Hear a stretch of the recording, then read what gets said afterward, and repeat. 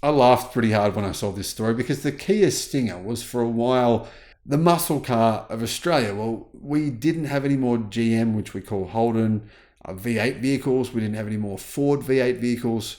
They were cancelled in Australia, and what people did is they turned to the Kia Stinger to be their next muscle car. Well, the Kia Stinger has now been scrapped by Kia, and it's going to be turned into a Kia Stinger with a battery pack.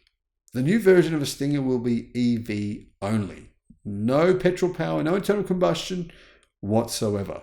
Hello, my friends. Welcome to the channel. I'm Sam Evans. You're watching the Electric Viking. This is pretty funny news because people are having a bit of a hissy fit over this.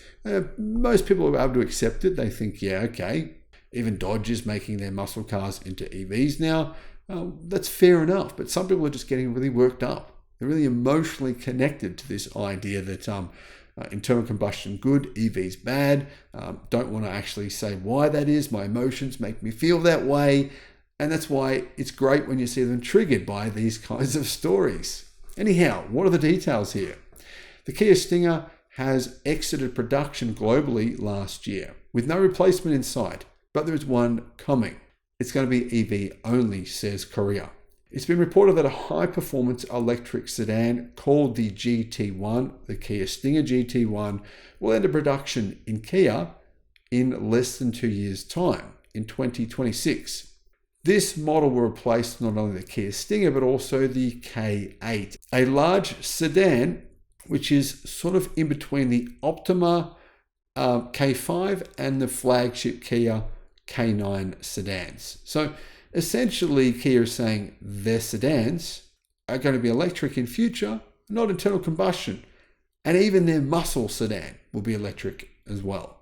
The GT1 will be Kia's first vehicle in their next generation electric-only EM architecture, which will come out in 2025. It's coming out next year, and it's going to first debut in the GV90, the Genesis GV90 crossover. That's where we'll see the benefits. Now, this new platform is meant to be amazing. It's meant to be lighter, more efficient, and enable a range of different EVs to be built on it. It's going to be more software enabled, more integrated. Kia, I think, and Hyundai are really getting excited for this new EV platform.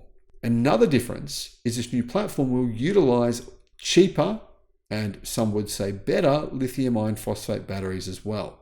In its fastest version, the Kia Stinger EV or the GT1 will have a 200 kilowatt front and 250 kilowatt rear electric motor, so a total power of 450 kilowatt, which is more than the EV6 GT. That's around about just under 650 horsepower.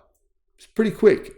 It's also going to potentially have a lot of range. Now, these batteries that will be produced when this vehicle comes to market will have very, very high energy density and a maximum battery pack size of 113 kilowatt hours, meaning you could be looking at a range of 1,000 kilometers or 600 miles with a battery pack that size.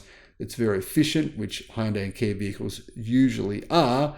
And with a new higher energy density battery, you're going to be looking at a hell of a lot of range in these vehicles. And you can see why Kia wouldn't even bother with an internal combustion version. Why would you?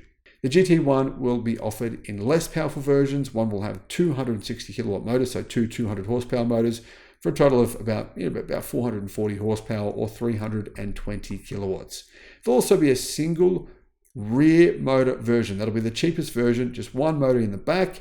It'll have 160 kilowatt and about 220 horsepower, which is plenty of power for the entry spec model, which could be relatively affordable, I imagine.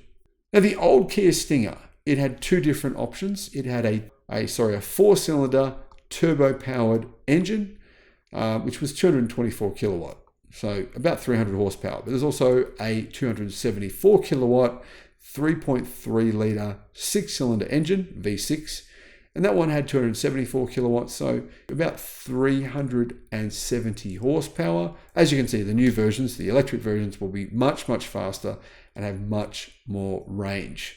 I think you'd be looking at between 650 kilometers to 1,000 kilometers of range for these new models in 2026. And I'm not trying to be exaggeratory here by saying 1,000, because we already have EVs today that do 1,000 kilometers of range in China with battery packs that are a bit bigger than this one, but energy density continues to go up every single year. It's going to be great to see these new vehicles from Kia. I'm not a sedan fan. It's not a vehicle that I particularly like, but I know a lot of people do. What are your thoughts on this? Would you consider one? Thanks for watching.